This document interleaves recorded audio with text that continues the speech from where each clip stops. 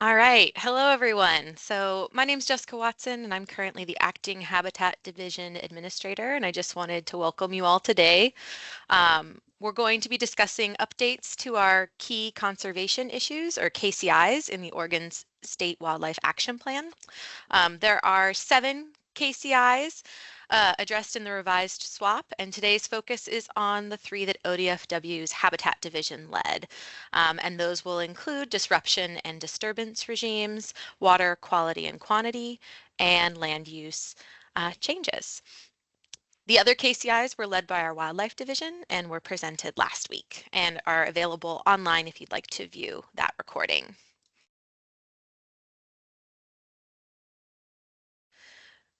So for today, our agenda is up here on the screen. We have a handful of staff here to help answer any questions that you may have, though we may need to point you back to some specific staff who aren't able to join us today if you have more nuanced questions.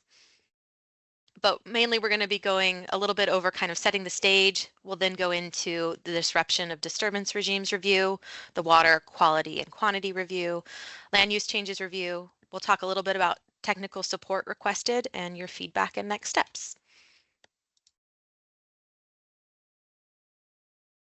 So as we begin our discussion on KCIs, it's important to establish how these chapters are structured and what purpose they serve. So KCIs represent kind of large-scale conservation issues or threats. Sam, I'm getting a little bit of feedback. If you could mute yourself. Thank you. All right. So these KCIs represent these large-scale conservation issues or threats that impact or have the potential to impact many species and habitats across broad landscapes throughout the state. And each KCI includes a background and then an issue overview, and this is really designed to communicate the magnitude of these threats. This section also includes specific examples to help illustrate how these broader issues affect ecosystems kind of at a local level. The background text serves as a starting point for agencies, organizations, landowners, and natural resource managers. It really offers a foundation for planning conservation actions over the coming decade and provides ideas and rationale for those working on the ground. These overviews are not meant to be comprehensive, and instead they really highlight the most significant challenges facing fish and wildlife in our state and helping to connect local concerns to broader conservation goals. For each KCI also includes a goal and recommended actions section, and these are the high-level conservation strategies aimed at reducing or reversing the impacts of the identified issue. Implementation of these actions will vary depending on the specific project and partners involved, and in many cases these actions are already underway and should be continued or expanded. In other cases, new strategies may be needed. Success in addressing KCIs really depends on collaborative efforts across agencies, organizations, and other stakeholders. And then finally, in each KCI, we conclude with resources and a reference section. You'll notice that consistent with the current Oregon conservation strategy, there's no inline citations, and this is a deliberate decision that helps make the document more accessible to a wider audience, and we aim to ensure the content is understandable and useful to people regardless of their background, rather than being overly technical or scientific. That said, we also want to be transparent and clear about where information comes from, and for those interested in digging in deeper, references used to develop the content are provided in this separate section. And this approach supports future updates and helps partners locate and understand the scientific foundations of this work. Because the state Wildlife Action Plan is only revised every 10 years, but our knowledge in these KCI areas is evolving continuously. There's also links to partner resources and references that are probably updated more frequently, allowing us to keep the information relevant and current over time. So some logistics. This is an example of text. What we're asking for you all and other public and practitioners is comments with a number of with the number referenced. So please, when providing your comments, reference the inline numbering system in relation to your suggested edits. So for this example, if you had a suggestion on line 49, you would want to say line 49, add this.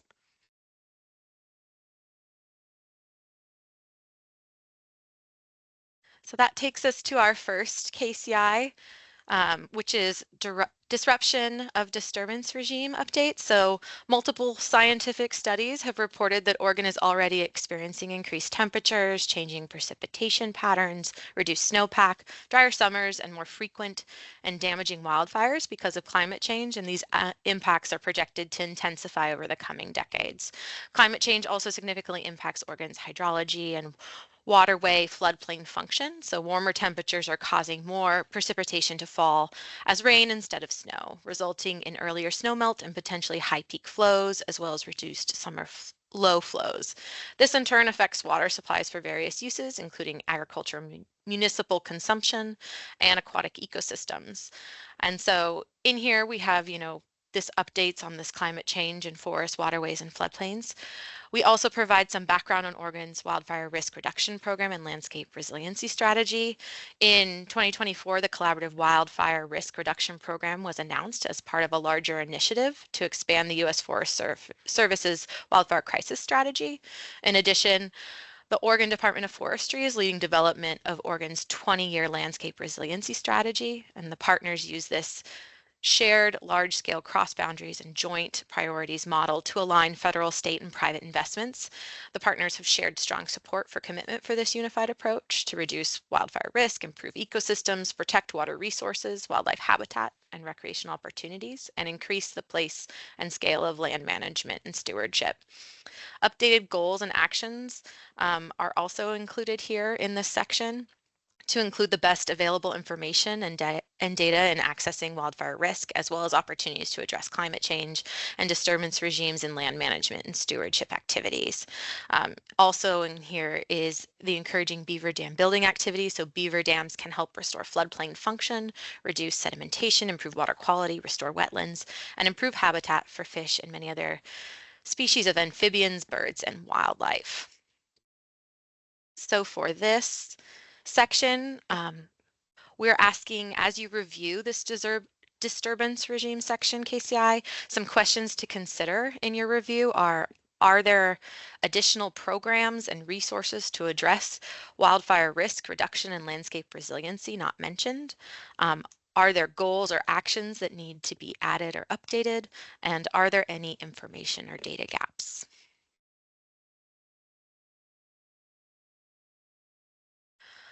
Our next KCI is water quality and quantity updates. And in this updates, there's several that have occurred. So part of this update included a regulatory framework update. So some of the regulatory updates that are included are like the Integrated Water Resource Strategy update from 2017, just talking about the state's Integrated Water Resources Strategy, which outlines a vision, goals, objectives, and guiding principles to help Oregon meet its water quantity and water quality and ecosystem needs.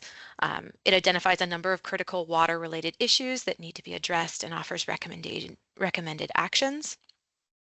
In addition, there is also some updates of new water quality tools.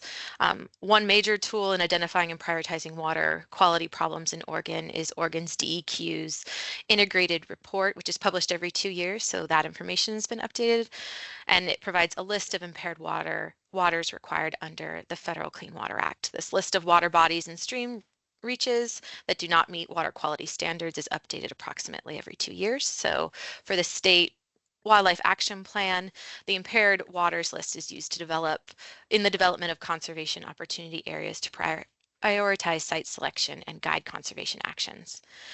Another update that was added is the addition of the Private Forest Accord. So the Private Forest Accord was signed in 2021 and comprises an agreement made between representatives from Oregon's timber industry and the Oregon Small Woodland Association and prominent conservation and fishing organizations to modify portions of Oregon's forest practice laws and regulations in a way that expands protections for fish and amphibians while also providing regulatory certainty for timber harvest and forest management. The changes to the Oregon Forest Practices Act are aimed to avoiding and minimizing effects of timber harvest and other private forest management activities on certain aquatic species and their habitats, and the Accord really outlines key goals that should allow the Oregon Department of Forestry to receive federal approval for a habitat conservation plan on private forest lands and the accompanying incidental take permit for these species. Additional review and identification of these resources is really appreciated for this section.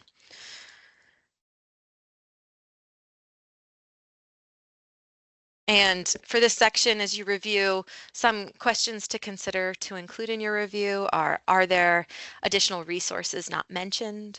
Are there any agencies with water quality programs that have been left out? Are there any goals or actions that need to be updated? And are there any new links that should be included? That takes us to our last KCI, which is the land use changes. Uh, and anthropogenic challenges that result. So land use change and these anthropogenic challenges that result continue to be a significant key conservation issue. The proposed revisions focus on providing updates on background on Oregon's land use planning program, especially those planning goals that have a nexus to fish, wildlife, and habitat. For example, this includes more information on the statewide planning goal 5 and the resource goals 3 and 4 related to protection of natural and working lands. Also highlighting some of the most significant anthropogenic challenges, including those related to recreational impacts, urbanization and infrastructure, rural land conversion, natural resource extraction, and renewable energy development. For example, as demand increases for housing, infrastructure, and energy, both urban and rural landscapes face mounting pressure.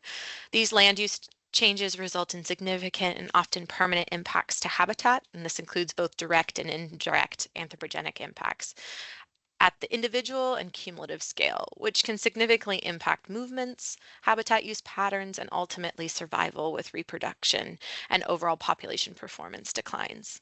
Updating the goals and actions to include utilizing the best available data in land use decisions, integrating opportunities to address climate change into planning, and encouraging strategic land conservation with an emphasis on working lands is kind of where this section has focused on its updates. And when reviewing this section of the KCI, some questions to consider. What is an appropriate level of background on Oregon's statewide planning program? Is this valuable information that helps users understand the land use planning foundation in Oregon? Were there any major land use threats identified? Um, Cumulative impacts as a result of individual land use actions are occurring? Should this KCI emphasize the need to address cumulative impacts? Another question is, are the goals and actions attainable? What would you recommend or would you like to see identified? And lastly, are there any additional resource links to include that would help users?